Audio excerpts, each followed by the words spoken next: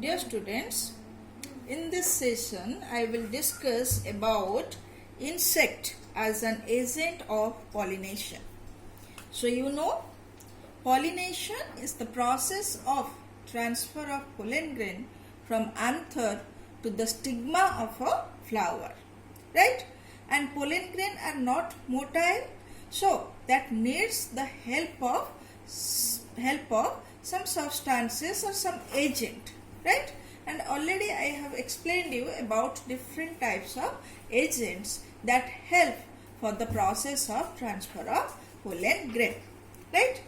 So you know the insects are the part of, or it is a biotic agent for the pollination. And already I have mentioned that the biotic agent which help for the process of pollination are of different types. Some mammals also help for the process of pollination. Some reptiles, some birds, they also help for the pollinations. But among the different type of biotic agent, remember, insects are the dominating agent or dominating pollinators, right? So, for pollination or the flowers to carry out the process of pollination with the help of insect, they develop certain adaptations or they have certain characteristics, features which favor the pollination with the help of insects. Clear? Here I will discuss what are these characteristic features of the flower that undergo pollination with the help of insect. Clear? Here in this picture you can see a flower, right, on which there is a insect, there is an insect. Clear? So here you see the flower is so beautiful, very large and very attractive. So this is one of the characteristics of the flower that undergoes pollination by insect. So what is this? This is the flowers are usually large, conspicuous, colorful, right, and attractive. Clear? Second characteristic features. Also, the flowers usually produce some good scent and nectar so that they can attract the insect for collecting the nectar. And by that process, when the insects come for collecting the nectar, or it comes getting attracted by the color and odor, it collects some of the pollen grain along with its body, so that when it moves to another flower, it comes with the contact of stigma of a flower, the pollen grains are discharged on the stigma. So this way the insect helps for the process of pollination. Clear?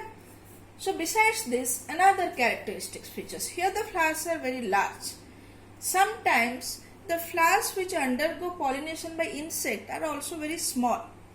In that case, if the flowers are very small, then they are packed into an inflorescence so that they can be conspicuous, they can attract the insect. So the small flowers are packed into inflorescence to look attractive and to attract the insects. So this is about the characteristics features of flowers, right? Then come to the characteristics features of pollen grain. So usually pollen grains are sticky in nature, right? Why sticky? So if pollen grains are sticky, then that easily stick into the animal body and can be carried to the stigma. Clear? So when the insect come in contact with the flower, if the pollen grains are sticky, then that gets sticked into their body. And when this insect come in contact with a stigma of another flower, so the stigma gets some pollen grain. Clear? Then the characteristics of stigma. Stigma are also sticky so that they can receive the pollen grain easily. Clear? Then besides these characteristics, besides the flowers being large, colorful, fragrant, besides the pollen grains sticky in nature, stigma sticky in nature, flowers also offer some reward to the insect. That means it offers some reward to attract the insect. What are these rewards? Some flowers, they reward nectar to the insect.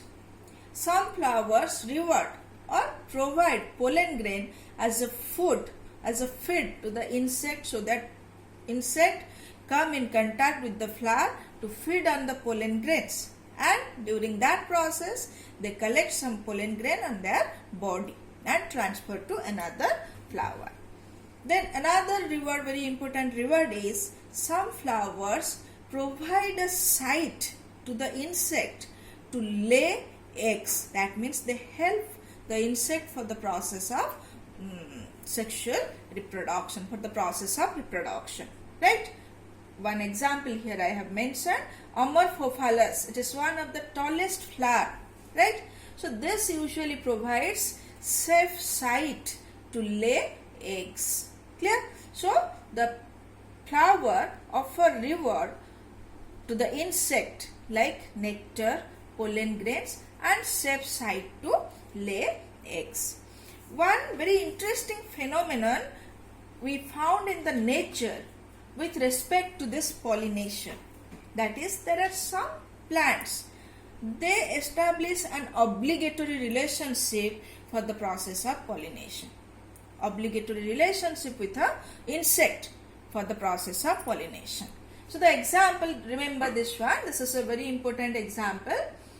Yucca plant and moth species, they share an obligatory relationship with respect to pollination and rewards. That means the moth species help the yucca plant to carry out pollination. In return, it gets the rewards of egg laying site as well as pollen grain as a food. Clear? So one species, the plant cannot survive without moth species, or moth cannot survive without yucca plant. So this is a obligatory relationship. So here you note down, they cannot complete their life cycle without each other. That means for the survival, for continuing their life cycle, they are dependent on each other. How? The moth deposits its egg in the ovary, right? And in return, the flower gets pollinated by the moth. Clear? And when the seeds start developing, that means pollination leads to fertilization. After fertilization, there is the formation of seed. Ovule changes to seed. So when the ovule changes to seed, the seed starts developing. The larva of the moth, right, which are laid inside the ovary. So the larva of moth come out of the egg, right? Sorry, come out of the that ovary. Clear? So this is a obligatory relationship. Besides, there are some flower which are pollinated by the flies. So what are the characteristics of the flower which gets pollinated by flies? Because you know, flies likes the foul odor. They usually grow on decaying matter. So the flowers which are pollinated by means of flies, they usually secrete a foul odor so that they can attract the flies and beetles, right? So these are certain characteristic features of the flower which are pollinated with the help of insects. Clear? So one more thing you remember, that these are the characteristics, or these are the rewards provided by the plant, and the insect come and collect the receive the reward, in return help for the pollination. But in nature there are some insects, they receive the reward, like they consume the pollen grain or they consume the nectar, but do not cause pollination. And this type of insects which consume the pollen grain or the nectar without bringing pollination are termed as pollen robber or nectar robbers. Right? So this is about the pollinations and the characteristics of the flowers undergoing pollination with the help of insect. That's all. Thank you.